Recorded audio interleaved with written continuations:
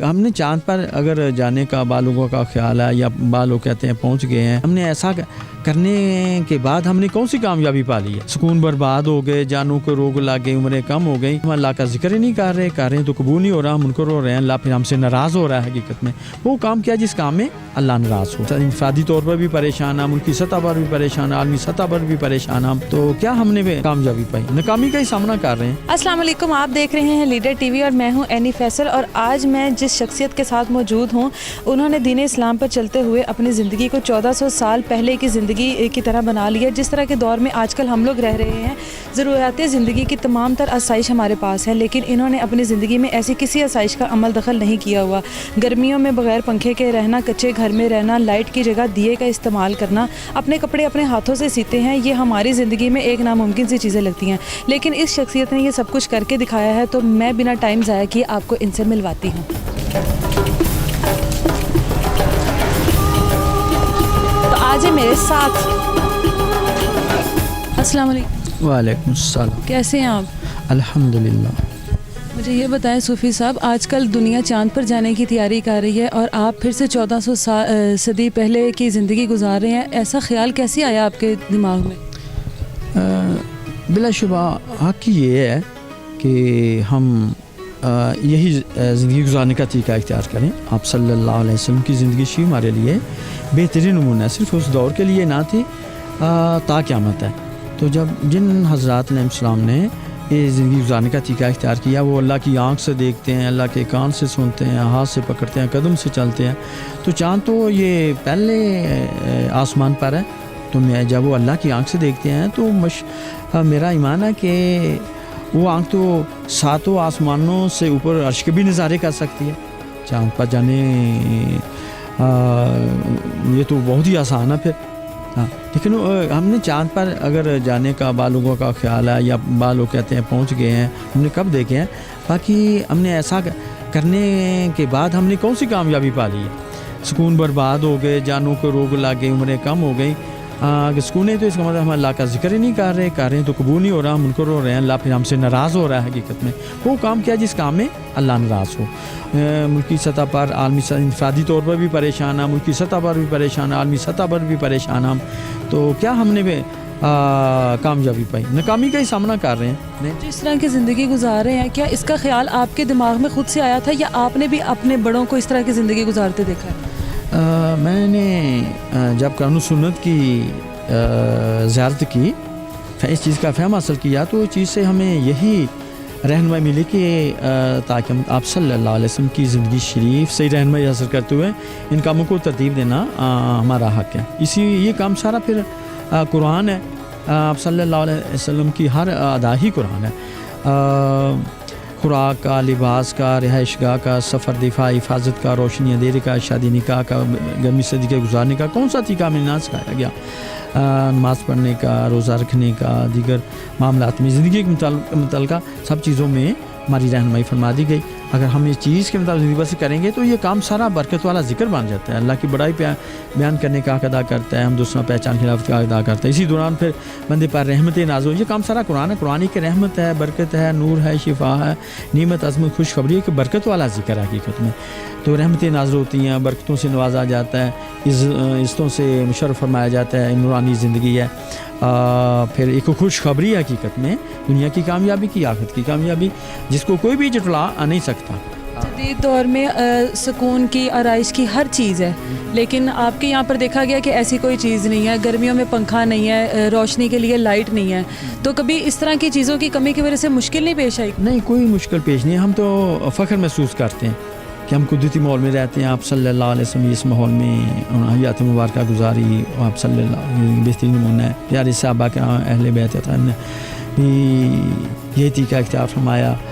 پھر اولیاء کرام رحمۃ اللہ علیہ نے بھی یہی طریقہ اختیار فرمایا.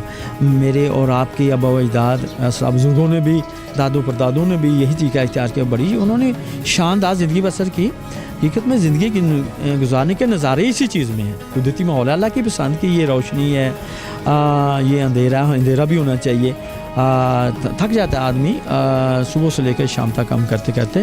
گھر والوں نے بھی کبھی اس چیز کا شکوہ نہیں کیا؟ وہ بڑے خوش ہیں اس چیز کے ساتھ، اتفاق کرتے ہیں. بلکہ سب کو اتفاق کرنا چاہیے.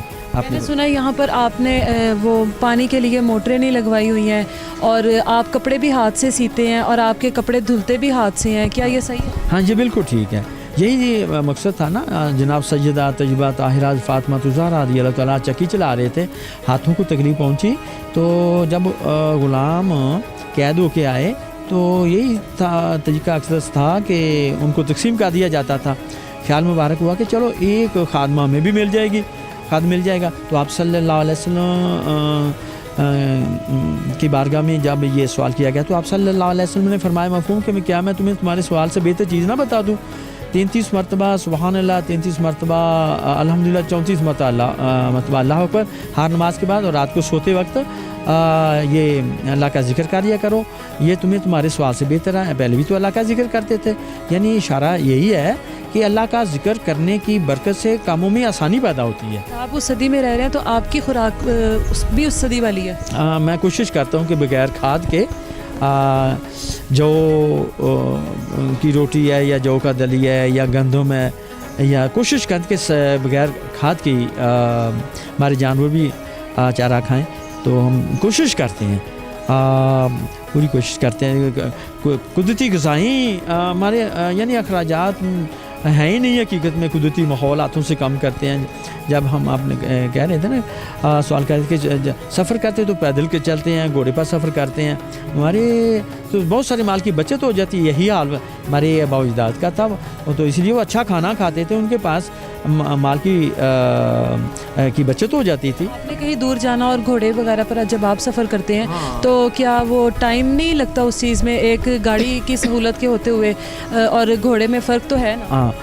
یاد رکھو ہمارا وقت وہی اصل زندگی بنے گا, کمائی بنے گا, ہمارا سرمایہ آخرت کا بنے گا جو کام سنت کے مطابق کام کی ادائیگی ہوگی. اگر ہم اس کے مقابلے میں غیر طریقہ اختیار کریں گے تو پوچھ کر دیکھا ہم نے کہ مفتی آتے ہیں, علامہ حضرات آتے ہیں, پیر حضرات آتے ہیں, جنرل کرنل بھی آتے ہیں, انجینئر ڈاکٹر بھی آتے ہیں, چھوٹے بڑے غریب مسکین سب آتے ہیں. پوچھ کر دیکھا, وہ کہتے ہیں سکون نہیں ہے.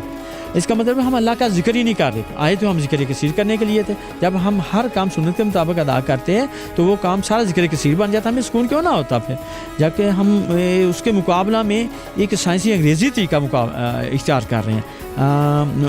وہ طریقہ ہمارا دین اسلام نہیں ہے, وہ غیر اسلام طریقہ ہے حقیقت میں. آپ جب بیمار ہوتے ہیں تو کیا آپ دوائیاں وغیرہ کا استعمال بھی نہیں کرتے؟ میں دوائی بھی نہیں استعمال میں لاتا, کیونکہ آج کل ہومیوپیتھی انگریزی دعا کا زیادہ استعمال ہو رہا ہے. انگریزی دعا ہومیوپیتھی میں 100% شراب ہے. پتہ چلا کہ انگریزی دعا میں بھی 100% مجموعی طور پر قیمتی چیز, نشہ ور چیز اور شراب ہوتی ہے. قیمتی چیز بھی قدرتی چیز کے خلاف ہے, نشہ ور چیز بھی حرام ہے, اور شراب تو حرام ترین اور خبیث ترین چیز ہے نا. آپ صلی اللہ علیہ وسلم سے دریافت کیا گیا کہ کیا ہم شراب بنا لیں, تو فرمایا کہ نہیں, شراب نہیں بنانی. کہنے لگے کہ ہم تو شراب دعا کے لیے بنائیں گے. عرض کیا, فرمایا کہ انہ لیس بدعاء ولکن ہدیٰ, شراب بلا شبہ دوا نہیں لیکن یہ نری بیماری ہے. آپ نے تو شروع سے یہ زندگی گزاری ہے. جو لوگ جدید دور میں رہنے کے عادی ہو چکے ہیں, آپ کو لگتا ہے کہ وہ اس زندگی میں ایڈجسٹ کر سکتے ہیں یا وہ اس طرح کی زندگی گزار سکتے ہیں؟ امید ہے کہ وہ اس چیز کی طرف ضرور آئیں گے, کیونکہ وہ اس ماحول میں پریشان ہیں, بہت پریشان ہیں, بے حد پریشان ہیں. ان کی کم فہمی ہے کہ اس ماحول میں ہمیں آج نہیں تو کل سکون مل جائے گا یا شفا مل جائے گی, خیر و برکت نصیب نہیں, نہ ملی نہ ملے گی. میں گزارش ہی کروں گا کہ دیکھو یہ گرمی سردی بہار خزاں یہ ہونا چاہیے. اتنی گرمی گرمائش گرمی کا درجہ حرارت پسینہ گھٹنے کا محسوس ہونا بہت ضروری, اور سردی بھی اتنی ہونی چاہیے. یہ طریقہ آج وہ اختیار کر لیں تو سکون پائیں گے. میں کہتا ہوں کہ چل پھر کر اٹھ بیٹھ کے یہ طریقہ اختیار کر لیں. اگر خدا نخواستہ ہم نے ایسا نہ کیا تو منافقت ہو رہی ہے پھر. تو کافر منافقوں کے لیے جو سودا تیار کیا نا اللہ نے اپنے غضب کا, غصے کا, وہ اس چیز کے ساتھ اتفاق نہیں کہ کون ہے جو آگ کے کانٹے